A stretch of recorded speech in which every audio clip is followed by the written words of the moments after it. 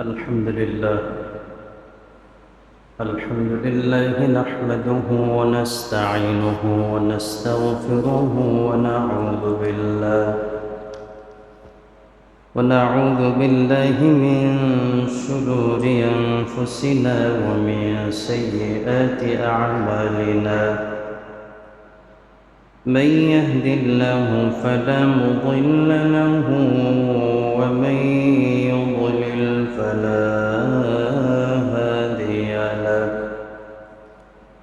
ونشهد أن محمدا عبده ورسوله الذي أرسله بالحق بشيرا ونذيرا وداعيا إلى الله بإذنه وسراجا وقمرا منيرا. أما بعد فقد قال الله تعالى في كلامه المجيد وفي فرقان الحميد: أعوذ بالله من الشيطان الرجيم. بسم الله الرحمن الرحيم. وإنك لعلى خلق عظيم. صدق الله العظيم وصدق رسوله النبي الحبيب الكريم، ونحن على ذلك من الشاهدين والشاكرين، والحمد لله رب العالمين. وقال رسول الله صلى الله عليه وسلم: إنما بعثت لأتمم مكارم الأخلاق. إن الله وملائكته يصلون على النبي يا أيها الذين آمنوا صلوا عليه وسلموا تسليما. اللهم صل على سيدنا محمد وعلى آل محمد كما صليت وسلمت وباركت على إبراهيم وعلى آل إبراهيم إنك حميد مجيد. بلغ العلا بكماله، كشف الدجى بجماله، حسنت جميع خصاله. صلوا عليه وآله. هو الحبيب الذي ترجى شفاعته لكل حول من الأحوال مقتحم. اللهم صل وسلم وبارك عليه. سبحان الله والحمد لله ولا إله إلا الله والله أكبر، ولا حول ولا قوة إلا بالله العلي العظيم. اللهم صل وسلم وبارك عليه. মুআজ্জাজ মুহতারাম, সম্মানিত মুসল্লিয়ান কেরাম, মহান আল্লাহ তাবারক ওয়া তাআলার দরবারে আমরা শুকর আদায় করছি যে রব্বে করিম আমাদেরকে অসংখ্য অগণিত মানুষ থেকে সুস্থ সবল রেখেছেন এবং তার ঘর মসজিদে আসার জন্য, জুমআর নামাজ আদায় করার জন্য, কিছু দিনই কথা শোনার জন্য আমাদেরকে কবুল করে নিয়েছেন। সে মহামনিবের দরবারে হৃদয়ের আবেগ অনুভূতিকে জাগ্রত করে দীপ্ত কণ্ঠে আমরা কালিমাতু শুকর আদায় করছি, আলহামদুলিল্লাহ। দরুদ সালাম পেশ করছি আল্লাহ প্যারে মাহবুব সৈয়দুল মুরসালিন, খাতামুন নবিয়্যিন, ইমামুল মুরসালিন, আশরাফুল আম্বিয়া ওয়াল মুরসালিন মুহাম্মাদুর রাসূলুল্লাহ, সকলেই পড়ি সাল্লাল্লাহু আলাইহি ওয়াসাল্লাম। যাকে আল্লাহ রাব্বুল আলামিন বিশ্ব মানবতার আইডল, বিশ্ব মানবতার মুক্তির দূত, বিশ্ব মানবতার একনিষ্ঠ শিক্ষক এবং আদর্শ হিসেবে সমগ্র বিশ্ববাসীর জন্য প্রেরণ করেছেন। আল্লাহর হাবিবের আদর্শ শুধু মুসলমানদের জন্য নয়, আল্লাহর হাবিবের আদর্শ শুধু পুরুষের জন্য নয়, আল্লাহর হাবিবের আদর্শ শুধু মহিলাদের জন্য নয়, বরং আবাল বৃদ্ধা বনিতা, মুসলমান হোক, ইহুদি হোক, নাসারা হোক, পৃথিবীর যে যে ধর্মের মানুষই হোক না কেন, প্রত্যেকের জন্য আল্লাহ রাব্বুল আলামিন তার হাবিব মুহাম্মদুর রাসূলুল্লাহ সাল্লাল্লাহু আলাইহি সাল্লামকে উত্তম আদর্শ, উত্তম নমুনা হিসেবে প্রেরণ করেছে।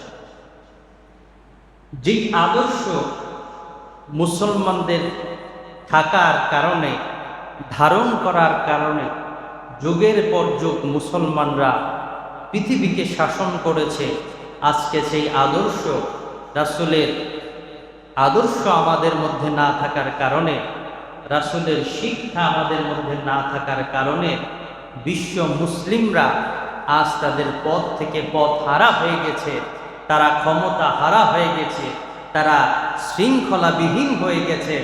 বিশ্ব মানবতার নেতৃত্ব দেওয়ার কথা ছিল মুসলমানরা, আজকে সেই নেতৃত্ব ভুলে তারা পথ হারা জাতিতে পড়ে গেছে।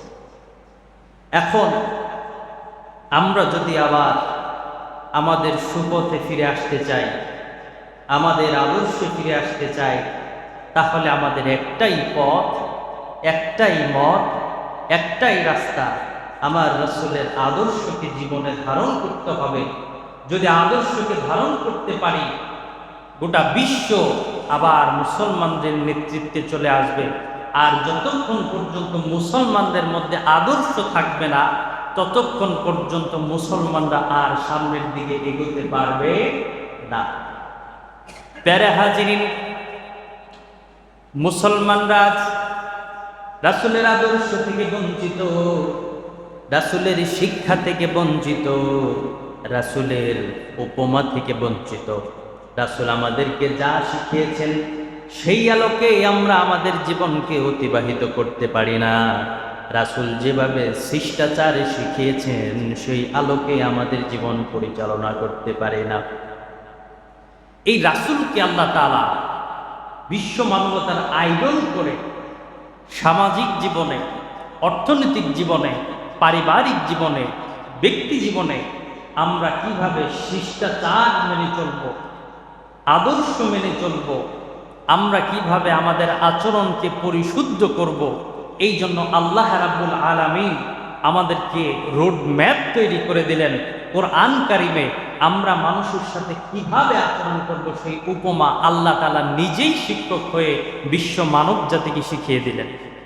প্যারা হাজিরিন, আমার আল্লাহ রাব্বুল আলামিন কোরআন কারিমের সবচেয়ে বৃহৎ সূরা সূরাতুল বাকারার 83 নম্বর আয়াতে বলেন, وَإِذْ أَخَذْنَا مِيثَاقَ بَنِي إِسْرَائِيلَ لا تعبدون إلا الله وبالوالدين إحسانا আল্লাহ তাআলা বনি ইসরাইলের কথা আমাদেরকে বলে দিচ্ছেন, স্মরণ করো যখন আমি বনি ইসরাইলের কাছে অঙ্গীকার গ্রহণ করলাম। কি অঙ্গীকার? লা তা'বুদুনা ইল্লাল্লাহ, তোমরা আল্লাহ ছাড়া আর কারো ইবাদত বন্দেগী করবে না, আর কারো উপাসনা করবে না, আর কারো দাসত্ব করবে না। 2 নাম্বার হচ্ছে ওয়াবিল ওয়ালিদাইনি ইহসানা, তোমরা তোমাদের পিতামাতার সাথে উত্তম আচরণ করবে, সুন্দর আচরণ করবে, নম্র আচরণ করবে, ভদ্র আচরণ করবে। শুধু কি পিতামাতার সাথে উত্তম আচরণ করবে নাকি তা না, আল্লাহ তাআলা তার বলে দিচ্ছেন ওয়াদিল কুরবা, তোমাদের যত নিকটাত্মীয় আছে, তোমাদের ব্লাডের সম্পর্ক যাদের মধ্যে রয়েছে, তোমাদের আত্মীয় যারা রয়েছে তাদের সাথেও তোমরা উত্তম আচরণ করবা। ওয়াদিল কুরবা ওয়াল ইয়াতামা ওয়াল মাসাকিন, এবং যারা ইতিম মিসকিন রয়েছে তাদের সাথেও উত্তম আচরণ করবা, ভালো ব্যবহার করবা। ওয়াকুলু লিন্নাসি হুসনা, এবং তুমি মানুষের সাথে উত্তম কথা বলো, মানুষের সাথে ভালো কথা বলো। লিন্নাসি হুসনা, মানুষের সাথে তোমরা উত্তম আচরণ করো। এটা আমার আল্লাহ রাব্বুল আলামিন নিজেই শিক্ষক হিসেবে বিশ্ব মানব জাতিকে শিক্ষা দিয়েছেন যে আল্লাহ তাআলার ইবাদত করার পর সর্বপ্রথম আমাদের যে কাজ হবে সেই কাজটা হচ্ছে পিতামাতার সাথে ভালো ব্যবহার করা। তারপরের কাজ হচ্ছে আমাদের নিকট আত্মীয় স্বজনদের সাথে ভালো ব্যবহার করা। তারপরের কাজ হচ্ছে ইয়াতিম মিসকিনদের সাথে ভালো ব্যবহার করা। তারপর কাজ হচ্ছে যত সাধারণ মানুষ আছে সকল মানুষের সাথে উত্তম আচরণ করা, ভালো ব্যবহার করা, ভালো কথা বলা, নম্র ভদ্র আচরণ করা। এটা আমার আল্লাহ রাব্বুল আলামিনের শিক্ষা। এখন আমরা ভালো ব্যবহার এবং ভালো আচরণ থেকে দূরে সরে যাওয়ার কারণে দেখেন আমাদের সমাজের মধ্যে শান্তি নাই, আমাদের রাষ্ট্রের মধ্যে শান্তি নাই, পৃথিবীর মধ্যে শান্তি নাই, শুধু অস্থিতিশীল পরিস্থিতি। তারপর শিষ্টাচার আল্লাহ তাআলা শিক্ষা দিলেন, কিভাবে আমরা শিষ্টাচার প্রদর্শন করব, কিভাবে মানুষকে অভিবাদন জানাবো, সম্ভাষণ জানাবো। আল্লাহ রাব্বুল আলামিন আমাদেরকে সূরা নিসার 86 নম্বর আয়াতে বলেছেন, ওয়াইদা হুয়িতুম বিতাহিয়াতিন ফাহাইয়ু বিআহসানা মিনহা আও রুদ্দুহা, যখন তোমাদেরকে কেউ সালাম দেয়, অভিবাদন জানায়, সম্ভাষণ জানায়, ফাহাইয়ু বিআহসানা মিনহা, আল্লাহ তাআলা বলছেন তোমাকে যেইভাবে সম্ভাষণ জানায়, সালাম জানায়, তুমি তার চেয়ে ভালোভাবে তার উত্তরটা দাও। শিষ্টাচার কাকে বলে? কেউ যদি তোমাকে বলে আসসালামু আলাইকুম, তুমি প্রতি উত্তরে বলো ওয়ালাইকুম আসসালাম ওয়া রাহমাতুল্লাহ, মানে সে তোমাকে যেইভাবে দিয়েছে তার চেয়ে ভালোভাবে তুমি তাকে উত্তরটা দাও। এখন তুমি যদি ভালোভাবে উত্তর না দিতে পারো, আউরুদ্দুহা, যেভাবে তোমাকে সালাম দিয়েছে ঠিক সেভাবে উত্তরটা দাও। কেউ যদি আসসালামু আলাইকুম বলে তুমি বলবা ওয়ালাইকুম আসসালাম। এভাবে আল্লাহ তাআলা নিজেই মানুষকে শিষ্টাচার শিখিয়েছেন, কারণ আল্লাহ তাআলার আদেশের বাইরে যখন মানুষ চলে যাবে তখন সকল ধরনের কল্যাণ, সকল ধরনের ভালো কাজ থেকে মানুষ বঞ্চিত হবে। এখন আপনি আপনার সামাজিক জীবনে চলাফেরার ক্ষেত্রে মানুষের সাথে তর্ক বিতর্ক হতে পারে, মানুষের সাথে বুঝের অমিল হতে পারে, মানুষের সাথে ঝগড়া বিবাদ হতে পারে। ঠিক ওই সময় আপনি মানুষের সাথে কিভাবে আচরণ করবেন, আল্লাহ রাব্বুল আলামিন সেই উপমা, সেই দৃষ্টান্ত এবং সেই শিক্ষাও কোরআন কারিমে আমাদেরকে দিয়েছেন যে তুমি মানুষের সাথে কিভাবে বিতর্ক করবা। আল্লাহ বলছেন সূরা নাহলের 125 নম্বর আয়াতে, উদউ ইলা সাবিলি রাব্বিকা বিল হিকমাতি ওয়াল মাউইযাতিল হাসানাহ ওয়াজাদিলহুম বিল্লাতী হিয়া আহসান। আল্লাহ তাআলা বলছেন তুমি তোমার রবের পথে, আল্লাহর পথে মানুষকে ডাকো, হিকমতের সাথে, প্রজ্ঞার সাথে, বিজ্ঞানের সাথে, এবং সুন্দর উপদেশের মাধ্যমে, সুন্দর কথা বলার মাধ্যমে, সুন্দর ভাষার মাধ্যমে তুমি মানুষকে আল্লাহর পথে ডাকো। এখন তুমি যখন মানুষকে আল্লাহর পথে ডাকতে যাবা, কখনো যদি মানুষের সাথে বিতর্ক লিপ্ত হয়, বুঝের অমিল হয়, তখন তুমি কি করবা? আল্লাহ বলছেন ওয়াজাদিলহুম বিল্লাতী হিয়া আহসান, তুমি উত্তম পদ্ধতিতে, উত্তম বাক্যের মাধ্যমে মানুষের সাথে বিতর্ক করো। আল্লাহ কিন্তু ঝগড়া করতে বলেন নাই, বলেন উত্তম বাক্যের মাধ্যমে, উত্তম কথার মাধ্যমে মানুষের সাথে যদি তর্ক বিতর্ক হয়, উত্তম কথার মাধ্যমে তুমি এটার সমাধান করো। এখন কিভাবে আমরা আমার জীবনে চলাফেরা করব, এই আইডিওলজি, এই শিক্ষা যদি আপনাকে আমাকে অর্জন করতে হয়, তাহলে আমাদেরকে একজনকেই অনুসরণ করতে হবে, একজনের আদর্শকেই মেনে নিতে হবে, একজনের জীবন পথকেই মেনে নিতে হবে। সেটা হচ্ছে মুহাম্মাদুর রাসূলুল্লাহ। পড়ুন সাল্লাল্লাহু আলাইহি ওয়াসাল্লাম। কেন আমরা রাসূলের আদর্শকে অনুসরণ করব? রাসূলের আদর্শের মধ্যেই আমাদের জন্য কি রয়েছে? রাসূলের আদর্শের মধ্যেই আমাদের জন্য কি উপকার রয়েছে? আল্লাহ রাব্বুল আলামিন সূরা আহজাবের 21 নম্বর আয়াতে বলেন, লাকাদ কানা লাকুম ফি রাসূলিল্লাহি উসওয়াতুন হাসানাহ লিমান কানা ইয়ারজুল্লাহা ওয়াল ইয়াওমাল আখিরা ওয়াযাকারাল্লাহা কাসীরা। আমার আল্লাহ ডেকে বলেন, অবশ্যই তোমাদের জন্য রাসূলের মধ্যে রয়েছে উত্তম আদর্শ, উত্তম নমুনা, উত্তম জীবন পদ্ধতি। আল্লাহ তাআলা উত্তম আদর্শ বলে তারপর বলে দিলেন, এই আদর্শটা কারা গ্রহণ করতে পারবে? এই আদর্শটা তারাই গ্রহণ করতে পারবে লিমান কানা ইয়ারজুল্লাহা ওয়াল ইয়াউমাল আখিরা, যারা আল্লাহ এবং পরকালের প্রত্যাশা করে, ওয়াযাকারাল্লাহা কাসীরা, এবং অধিক পরিমাণে আল্লাহকে স্মরণ করে, তারাই আমার রাসূলের জীবন থেকে উত্তম আদর্শকে গ্রহণ করতে পারবে। অথবা মুসলমান হলেও তার মধ্যে যদি আল্লাহর ভয় না থাকে, তার মধ্যে যদি পরকালের ভয় না থাকে, তার মধ্যে যদি আল্লাহর স্মরণ না থাকে, তাহলে রাসূলের আদর্শকে সে তার জীবনে গ্রহণ করতে পারবে না। শুধু কি রাসূল উত্তম আদর্শের অধিকারী?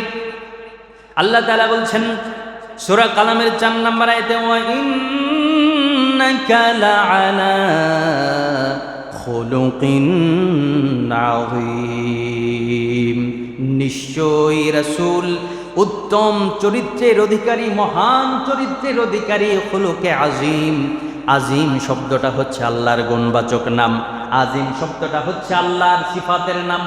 আল্লাহ তাআলা তার গুণকে রাসূলের গুণ হিসেবে পরিচয় করে দিচ্ছেন। আমরা যখন নামাজ পড়ি, রুকুতে গিয়ে বলি সুবহানা রাব্বিয়াল আযীম। রুকুতে কি বলি? সবাই পড়ুন সুবহানা রাব্বিয়াল আযীম। যেই রবের তাসবিহ পড়ি আমরা, আযীম শব্দ ব্যবহার করে, আল্লাহর গুণ ব্যবহার করে, সেই রব তার বন্ধুকে পরিচয় করে দিচ্ছেন যে আমার বন্ধু কেমন বন্ধু, আমার বন্ধুর আদর্শ কেমন আদর্শ, আমার বন্ধুর চরিত্র কেমন আদর্শ। আল্লাহ তাআলা গ্যারান্টি দিচ্ছেন, সার্টিফাইড করছেন, ওয়া ইন্নাকা, নিশ্চয়, আলা খুলুকিন আযীম, আমার রাসূল মহান চরিত্রের অধিকারী। যেই চরিত্রে অনুসরণ করে পথ হারা মানুষ পেয়ে যায় পথের দিশা, যেই চরিত্র আদর্শ অনুসরণ করে জাহিলি বর্বর মানুষগুলো হয়ে গেল সোনার মানুষ, যেই চরিত্র অনুসরণকে, আদর্শকে মেনে নিয়ে যারা পথ হারা ছিল, আল্লাহ রাব্বুল আলামিন পৃথিবীর মধ্যেই তাদেরকে জান্নাতের শুভ সংবাদ দিলেন। পড়ুন সুবহানাল্লাহ।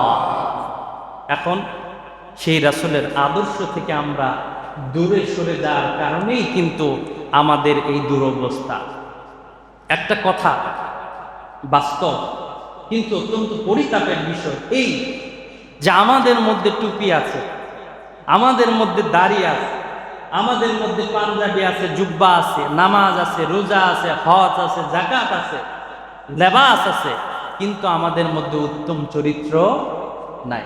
এখানেই হচ্ছে আমাদের সবচেয়ে বড় সমস্যা, যে আমাদের নামাজও আছে আবার আমরা মিথ্যা কথা বলি, নামাজও পড়ি আবার আমরা সুদ খাই, নামাজও পড়ি আবার আমরা ঘুষ খাই, নামাজও পড়ি আবার মানুষকে গালিগালাজ খাই, নামাজও পড়ি আবার মানুষের হক মেরে খাই। এই যে আমাদের অধিকাংশ মানুষের এই দুরবস্থা থাকার কারণেই কিন্তু আমাদের মধ্যে হেদায়েত নাই। হেদায়েত আসবে কিভাবে? আমরা হেদায়েতের পথে চলতে চাই।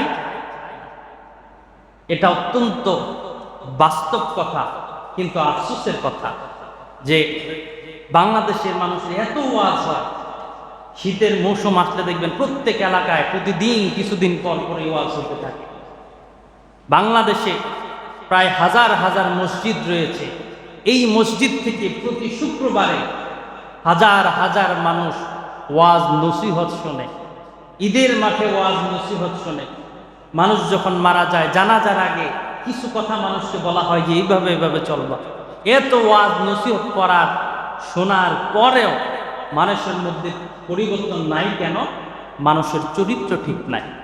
যদি মানুষের চরিত্র ঠিক থাকে তাহলে মানুষকে এত ওয়াজ নসিহত করার কোনো দরকার ছিল না।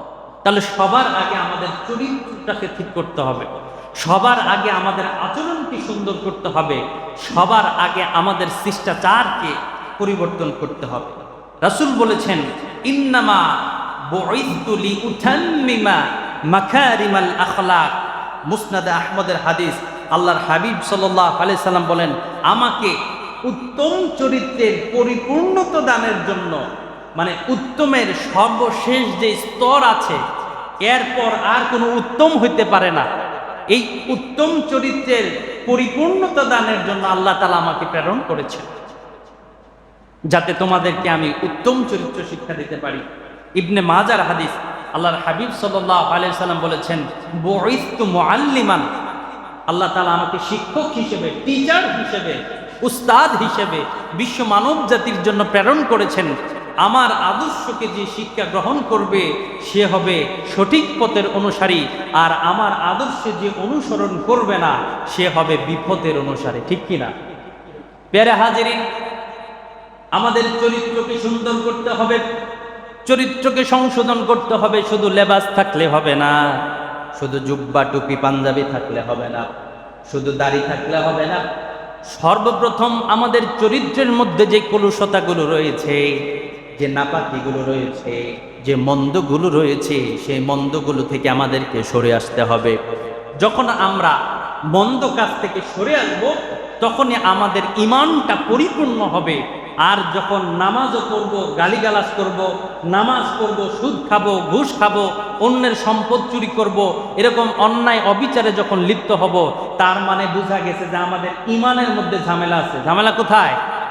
ঈমান একদম গোড়ায় সমস্যা। এখন চরিত্র আসলে কয় প্রকার? আমাদের ছোট বাচ্চাদের বইগুলোতে, স্কুলেও পড়ানো হয়, মাদ্রাসায়ও পড়ানো হয়। আখলাক হচ্ছে দুই প্রকার। একটা হচ্ছে আখলাকে হামিদা, প্রশংসনীয় চরিত্র, যেই চরিত্র মানুষ সম্মান করবে, যেই চরিত্রকে মানুষ ভালোবাসবে, যেই চরিত্র সম্পর্কে মানুষ প্রশংসা করবে, যেই চরিত্রকে মানুষ অনুসরণ করবে, এটা হচ্ছে আখলাকে হামিদা।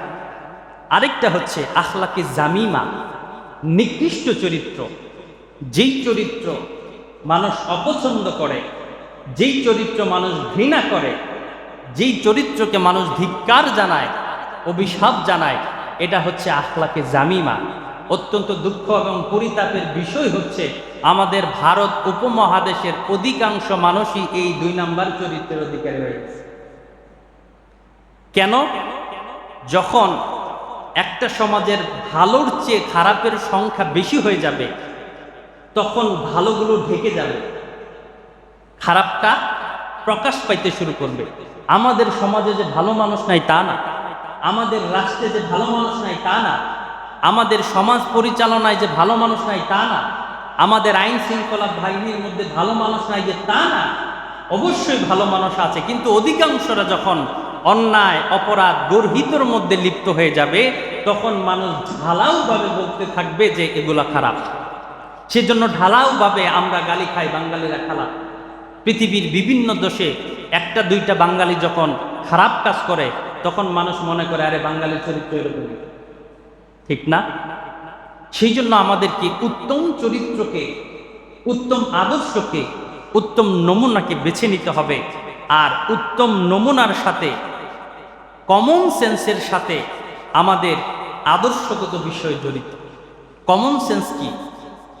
সাধারণ একটা বুদ্ধিকে আমরা কমন সেন্স বলি। এই প্রত্যেকটা কমন সেন্সের সাথে, প্রত্যেকটা সাধারণ বুদ্ধির সাথে, প্রত্যেকটা দৈনিক কর্মকাণ্ডের সাথে, সিদ্ধান্তের সাথে কোরআন এবং সুন্নাহ ওতপ্রোতভাবে জড়িত। আপনি যদি কোরআন এবং সুন্নাহকে অনুসরণ করেন, দেখেন যে আপনার মধ্যে অটোমেটিক কমন সেন্স চলে আসবে। উত্তম ব্যবহার, উত্তম আচরণ, উত্তম শিষ্টাচার আপনার মধ্যে চলে আসবে। আর আপনি যদি কোরআন সুন্নাহ থেকে দূরে চলে যান, দেখবেন যে আপনার কমন সেন্সের মধ্যে বিরাট বড় ঘাটতি রয়েছে।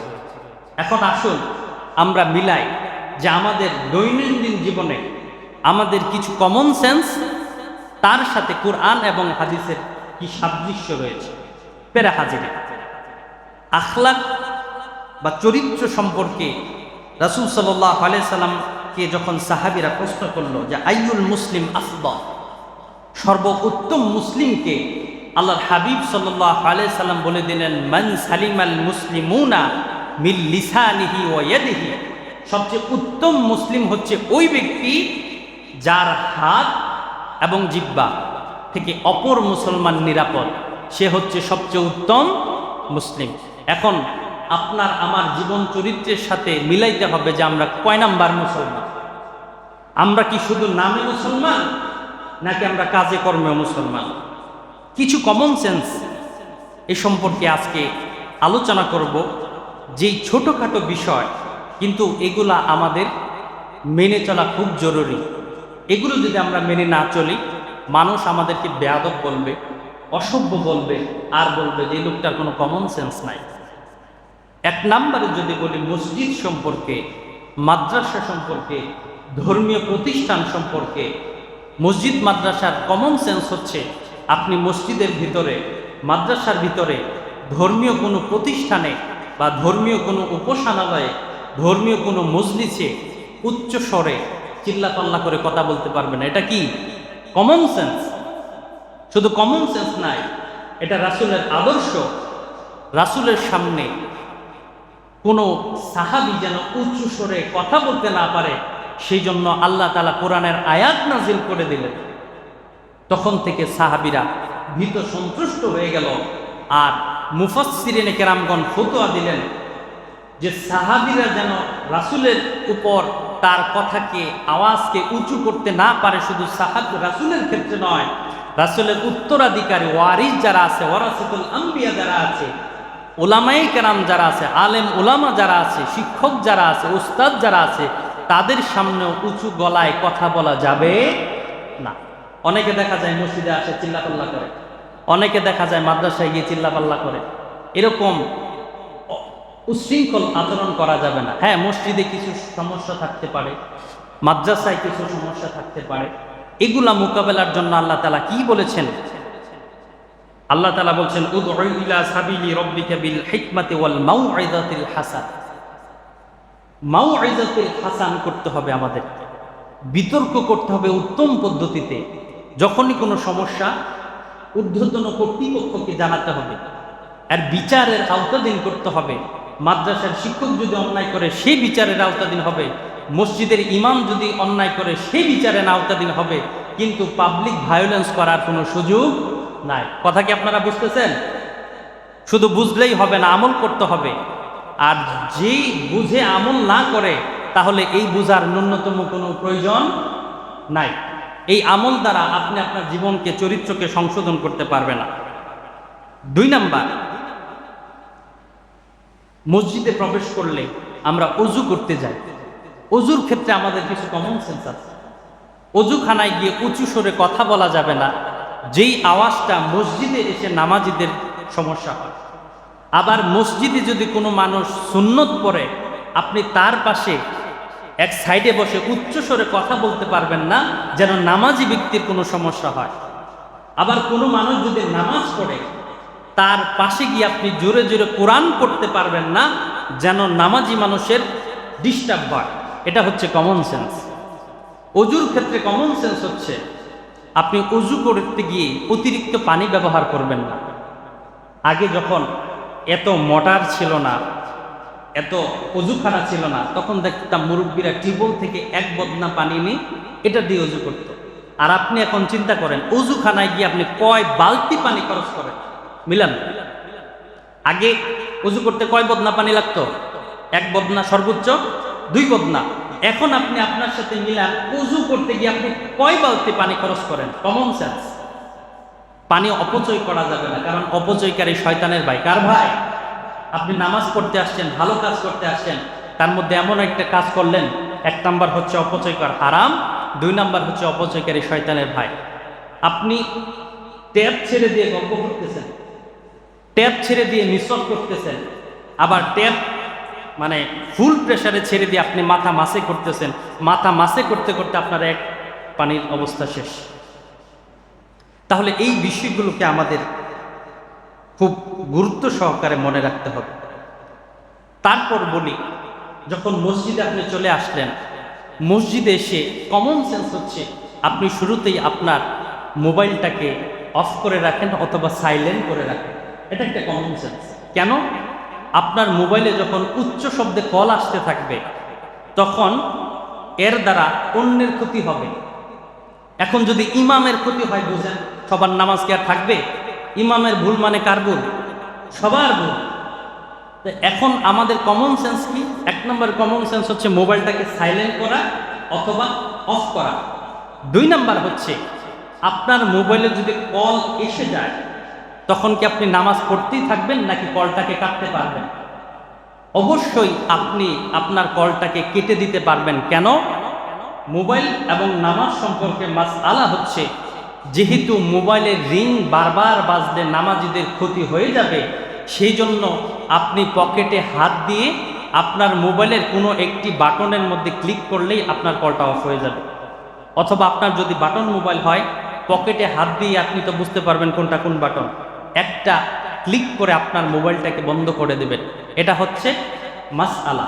এখন আপনি যদি গভীর দৃষ্টিতে নামাজ পড়তে থাকেন আর ফোন বাজতেই আছে, ওইদিকে আপনার নামাজও শেষ, পাশে যারা আছে তাদের নামাজও শেষ, তাহলে ফোন আসলে কি করবেন? ফোনটাকে বন্ধ করবেন।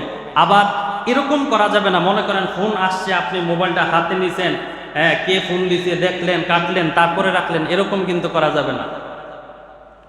আমার বাস্তব ঘটনা, আমি মসজিদে বারান্দায় বসে আছি ছাত্র জীবনে, আমার সামনে এক মুরব্বী নামাজ পড়তেছে, কল আসছে, সে পকেট থেকে মোবাইলটা বের করলো, করে বলতেছে যে আমি নামাজে আছি, আবার টিপ দিয়ে রেখে দিচ্ছে। ওর নামাজ কি আছে না গেছে?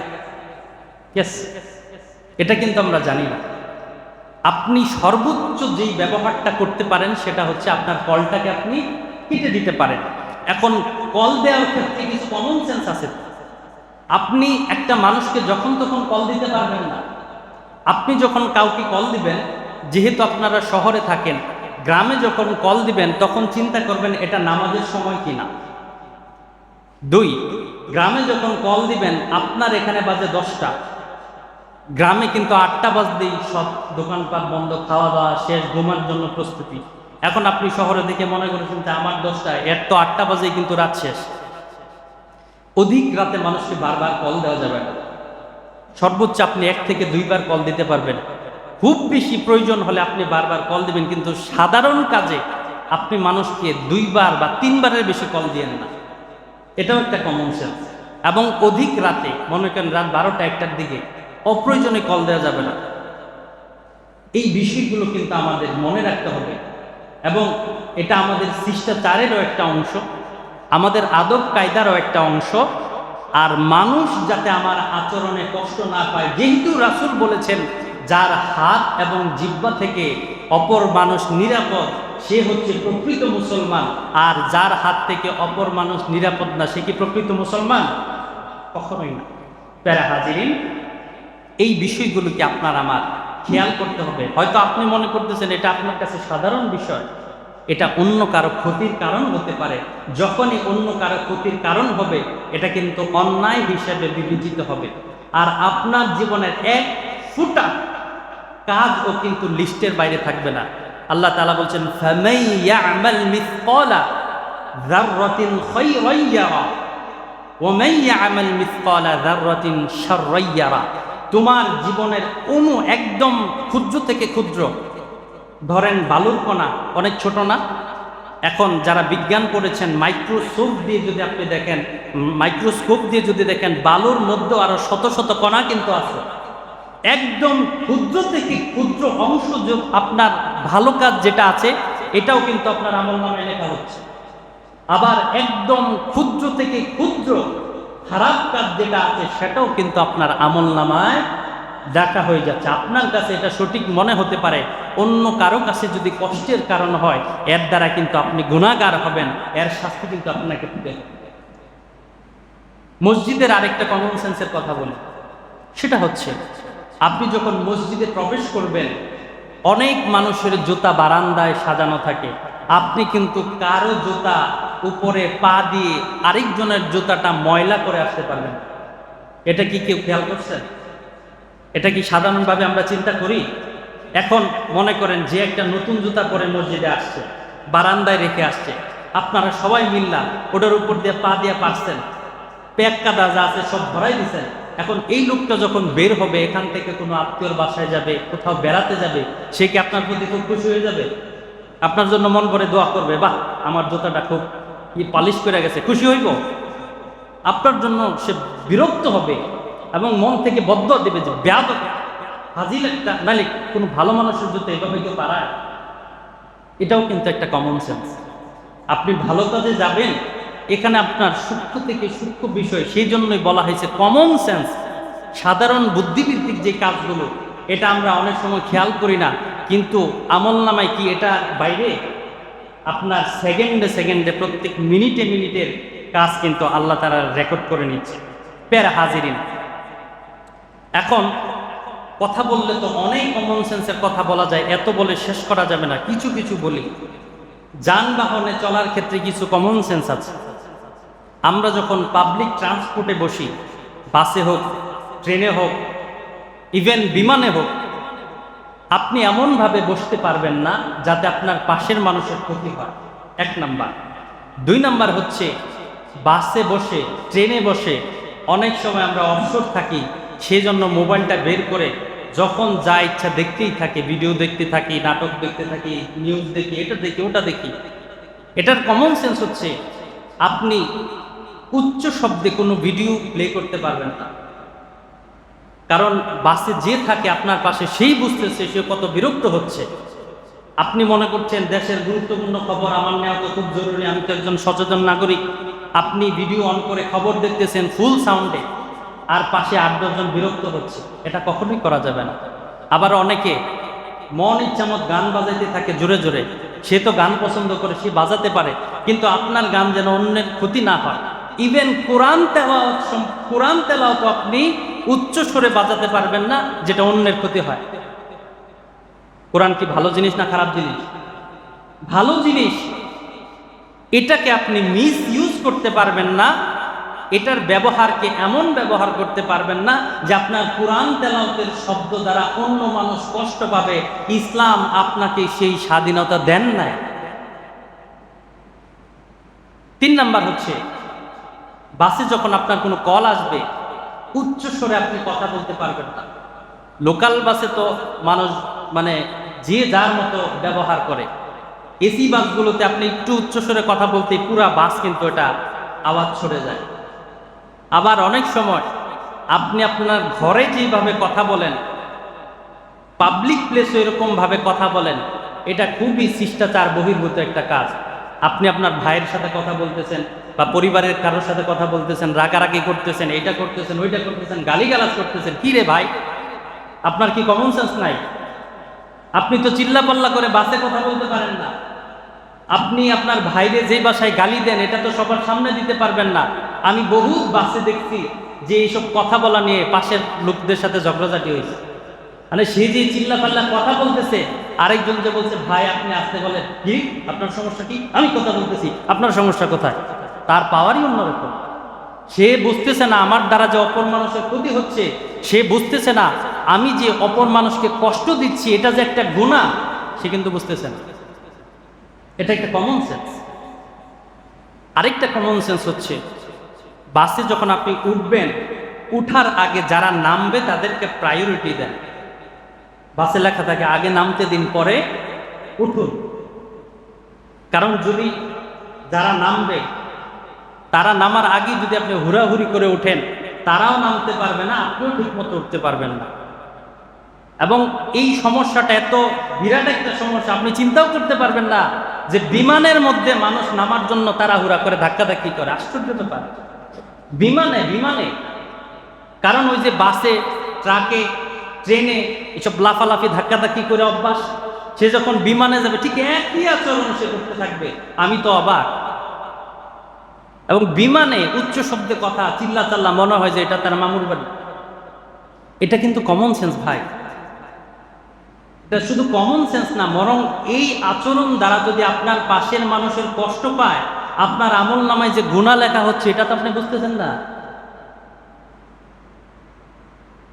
এই আচরণ যদি কারোর সাথে মিলে যায়, আমি কিন্তু কাউকে ইন্ডিকেট করে বলি না, কখনোই না। কোনো জমায় আমি কোনো পার্সনকে ইন্ডিকেট করে কোনো কথা বলি না।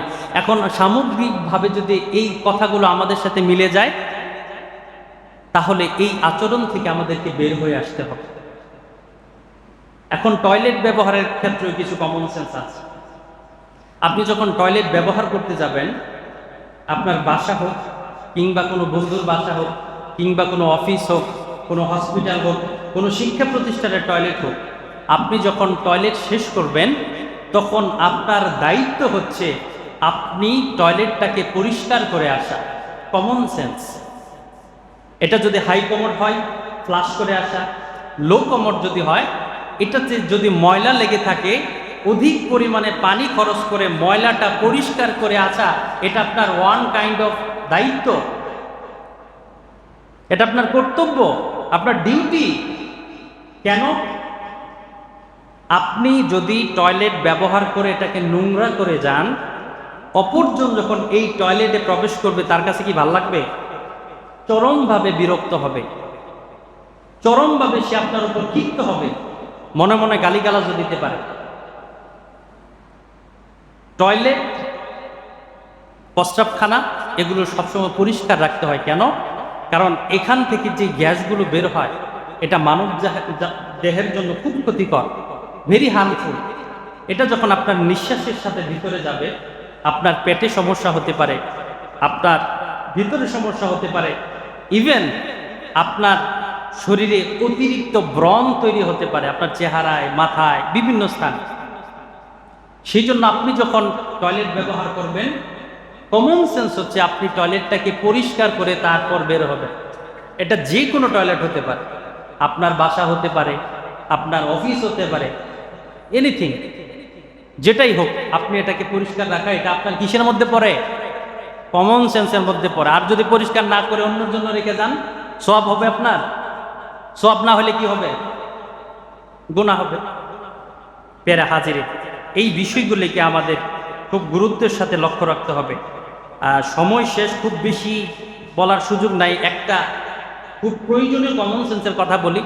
ফেসবুক ব্যবহারের ক্ষেত্রে, সোশ্যাল মিডিয়া খুব বেশি মানুষ ব্যবহার করে। ফেসবুক ব্যবহারের ক্ষেত্রে আমরা যে কমেন্টে গালাগালি করি, আমরা যা আরেকজনের গোষ্ঠী সুদ্ধা উদ্ধার করে দেয়, এটা যে খুব জঘন্য একটা কাজ, এটা কিন্তু আমরা মনে করি না। যারা ফেসবুক ব্যবহার করেন, একটা জিনিস মাথায় রাখেন, কমন সেন্স হচ্ছে ফেসবুকে কখনো কোনো নেগেটিভ পোস্ট করা যাবে না, নেগেটিভ পোস্ট শেয়ার করা যাবে না। কেন? আমি একজন মোটিভেশনাল স্পিকারের কথা শুনেছি খুব কাছ থেকে। উনি বলছেন, আশ্চর্য বিষয়, মানুষ ফেসবুকে যা ইচ্ছা তাই পোস্ট করে। কেন? ফেসবুকে শিশু দেখতে পারে, ফেসবুকে বয়স্ক মানুষ দেখতে পারে, ফেসবুক নারী দেখতে পারে, ফেসবুক বৃদ্ধ মানুষ দেখতে পারে, হার্টের রোগীরা দেখতে পারে, বিভিন্ন ডিজিজে আক্রান্ত এমন রোগীরা দেখতে পারে। আপনি যখন একটা ছিঁড়া ফাটা কাটা পুরা ছবি দিয়ে দেন, এটা কি মানুষ সুস্থভাবে দেখতে পারে? এই যে মাইলস্টোন যে ঘটনাটা ঘটলো, আল্লাহ তাআলা প্রত্যেককে শহীদ হিসেবে কবুল করুন, আমিন। এবং যারা নিহত তারা যেন শাহাদাতের মর্যাদা পায়, যারা আহত হয়েছে আল্লাহ তাআলা যাতে শিফা দান করে, পড়ুন আমিন। এই যে মাইলস্টোনের ঘটনার পর সাংবাদিকের কাজই হচ্ছে নিউজকে কাভার করা, কিন্তু কিছু পাতি সাংবাদিক আছে মনে করেন মোবাইলে কার আগে কে ভিডিও করে ফেসবুকে দিয়ে দিবে 2টা ভিউর জন্য। এটা অত্যন্ত জঘন্য কাজ। কোনো নিউজ কাভারে দেখবেন না যে আগুনে জ্বলতেছে এমন ফটো দিতে, এমন ভিডিও দিতে। এটা কারা দেয়? ওই আপনার আমার মতো অতি উৎসাহী যে লোকজন আছে, এইগুলো ডাইরেক্ট ভিডিওগুলো আপলোড করে, এগুলো সাধারণ মানুষ দেখতে পারে না। আপনিও দেখতে পারেন না ঠিকভাবে, আমিও দেখতে পারি নাই। এগুলো দেখলে মানুষ ট্রমাটাইজ হয়ে যায়, এগুলো তো বোঝে না মানুষ। সেই জন্য ফেসবুকে কোনো নেগেটিভ পোস্ট দেওয়া যাবে না। হ্যাঁ, আপনার দায়িত্ব, আপনি এটা মাইলস্টোন নিয়ে বিভিন্ন অসামাজিক কাজ নিয়ে পোস্ট করতে পারেন যে এটা ঠিক হয় নাই, এটার পরিবর্তিতে কি ভালো কাজ করা যায়, এই বিষয়ে আপনি অ্যাওয়ারনেস সতর্কতামূলক পোস্ট করতে পারেন। কিন্তু মারার ছবি, কাটার ছবি, মারার ভিডিও, হত্যার ভিডিও, রক্তের ভিডিও, এগুলো যে দেন, এগুলো তো শিশুরা দেখে, এগুলো তো বৃদ্ধরা দেখে। দেখার ফলে এগুলো আমাদের সামাজিক জীবনে, পারিবারিক জীবনে প্রভাব পড়ে। 2 নাম্বার হচ্ছে ফেসবুকে কখনোই কমেন্টের মাধ্যমে গালিগালাজ করা যাবে না, অতি উশৃঙ্খল পোস্ট করা যাবে না। 3 নাম্বার হচ্ছে কোনো খারাপ জিনিস শেয়ার দেওয়া যাবে না, কারণ আপনি হয়তো মরে যাবেন কিন্তু আপনার ফেসবুকটা থেকে যাবে না। এখন আপনি একটা গান শেয়ার দিয়ে রাখলেন, যত জীবন ফেসবুক থাকবে এই গানটা কিন্তু আপনার ওয়ালে থাকবে। আপনি মরে গেছেন, বুঝেন নাই, আবেগে শেয়ার দিছেন। এখন আপনি যে গানটা শেয়ার দিলেন, এই গানটা যেই মানুষগুলো দেখলো তাদের কি সওয়াব হইল নাকি গুনাহ হইল? মনে হয় বুঝেন না। সওয়াব হইল নাকি গুনাহ হইল? গুনাহ হইলে আপনি ছোট্ট একটা ক্লিকের মাধ্যমে শেয়ার দিলেন, আপনি তো জীবনে অনেক ভালো কাজ করছেন, কিন্তু এই পাপগুলো জমতে জমতে জমতে জমতে দেখবেন আপনার কবরে পাহাড় পরিমাণ আযাব হয়ে গেছে। প্যারা হাজিরিন, এই সূক্ষ্ম বিষয়গুলো আমাদের জীবনে অনুসরণ করতে হবে। সবচেয়ে গুরুত্বপূর্ণ যে বিষয়, সেটা হচ্ছে মানুষ কষ্ট পায় এমন কোনো আচরণ করা যাবে না। আল্লাহর হাবিব সাল্লাল্লাহু আলাইহি সাল্লাম বলছেন, কিয়ামতের দিন কর্ম বিচারের পাল্লায় বান্দার সবচেয়ে ভারী এবং মূল্যবান কর্ম হবে সুন্দর আচরণ। কিয়ামতের দিন যখন মিজানের পাল্লা আল্লাহ মাপ দিবেন, সবচেয়ে ভারী হবে সুন্দর আচরণ, সুন্দর ব্যবহার, উত্তম আচরণ। আর সবচেয়ে খারাপ হবে খারাপ আচরণগুলো, অহংকারগুলো, মানুষের সাথে দুর্ব্যবহারগুলো, মানুষের সাথে গালিগালাজগুলো, মানুষের সাথে ঝগড়াগুলো, মানুষকে অবিচারগুলো, মানুষের সাথে মারামারিগুলো। আল্লাহ তাআলা আমাদের সকলকে এই জাতীয় অন্যায়, অপরাধ, গর্হিত কাজ থেকে বেঁচে থাকার তৌফিক দান করুন। সকলে পড়ুন আমিন। এবং আমাদের চলার ক্ষেত্রে রাসূলের সুন্নত এবং আদর্শকে অনুসরণ করার তৌফিক দান করুন। সকলে পড়ুন আমিন। আগামী জুমায় ইনশাআল্লাহ কমন সেন্স এবং ইসলাম নিয়ে বাকি বিষয়গুলো আলোচনা করব। আল্লাহ তাআলা সেই পর্যন্ত আমাদের হায়াতকে লম্বা করে দিন। সকলে পড়ুন আমিন।